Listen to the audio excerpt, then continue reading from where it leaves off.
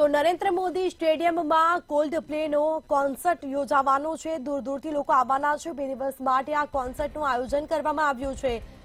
British બેન્ડનો અમદાવાદમાં 2 દિવસનો આ કોન્સર્ટ હશે। અમદાવાદના નરેન્દ્ર મોદી સ્ટેડિયમ બહાર લોકોની ભારે ભીડ જોવા મળી છે। મુંબઈ, દિલ્હી, બેંગ્લોર, જયપુરથી પ્રેક્ષકો પહોંચ્યા। हमारा संवाददाता किंजल बोरीसा स्टेडियम થી લાઈવ જોડાઈ ચૂક્યા છે। જી, આજે કોલ્ડ પ્લે આ કોન્સર્ટ 2 દિવસ યોજાવાનો છે, હાલ માહોલ કેવો?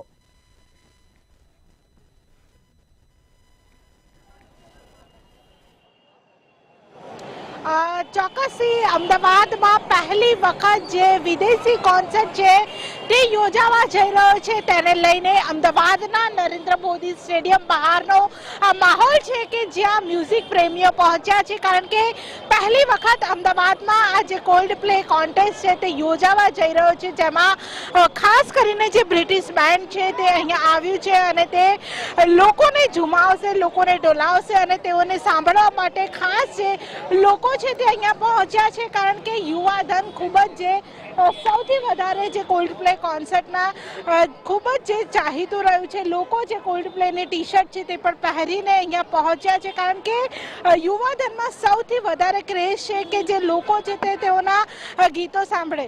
कहाँ से आए हो? Rajasthan, Jodhpur.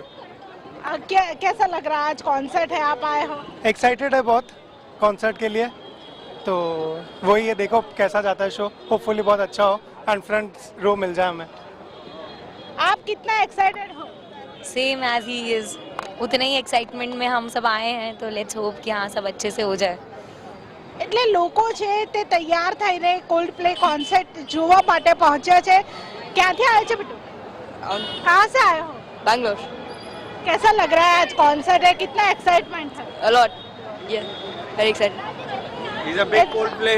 He's a good, big Coldplay fan, and you know he has been waiting for this for like 6-8 months since it has been announced, and you know finally we are here, just waiting to get in. Okay.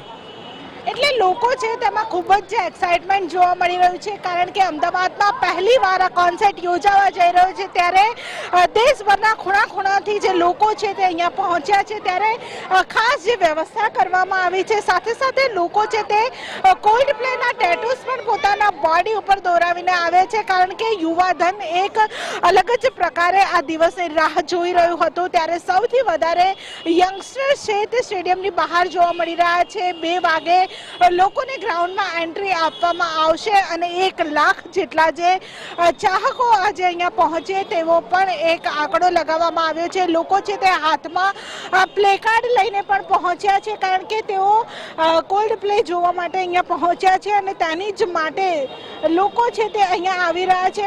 कितना excitement है आज के लिए? बहुत ज़्यादा। क्या लिखा है इसमें? पढ़ लो आप। कहाँ से आए हो? दिल्ली।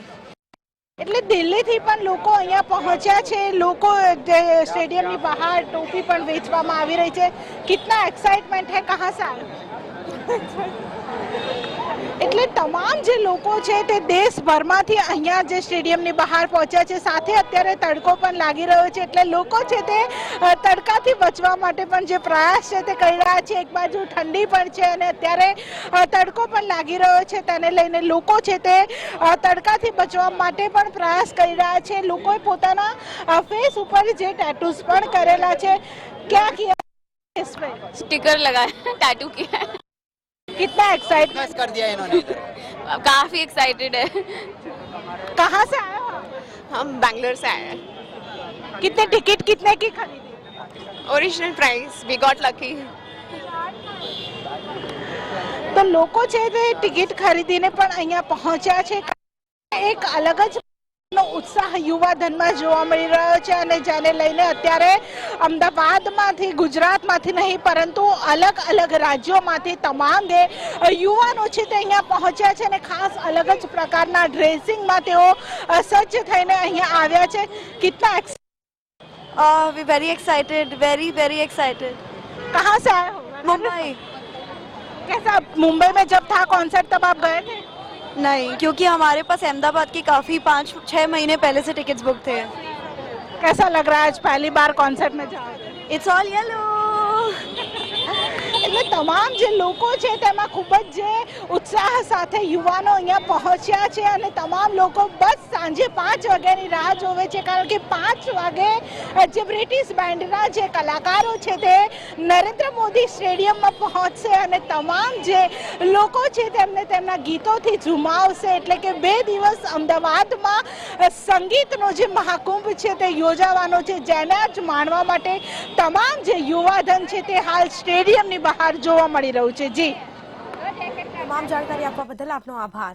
તો મુંબઈ, દિલ્હી, બેંગ્લોર, જયપુરથી પ્રેક્ષકો પહોંચ્યા છે આ કોન્સર્ટ જોવા માટે. 2 દિવસ ખાસ અમદાવાદના નરેન્દ્ર મોદી સ્ટેડિયમમાં આ કોન્સર્ટનું આયોજન કરવામાં આવ્યું છે. વહેલી સવારથી જ સ્ટેડિયમની બહાર લોકોની ભારે ભીડ જોવા મળી છે. આજે બપોરે 2 વાગ્યાથી જ લોકોને અંદર પ્રવેશ આપવામાં આવશે. સ્ટેડિયમ બહાર ગોગલ્સ અને ટી શર્ટનું ધૂમ વેચાણ થઈ રહ્યું છે. દેશભરમાંથી મ્યુઝિક પ્રેમીઓ અમદાવાદ પહોંચ્યા.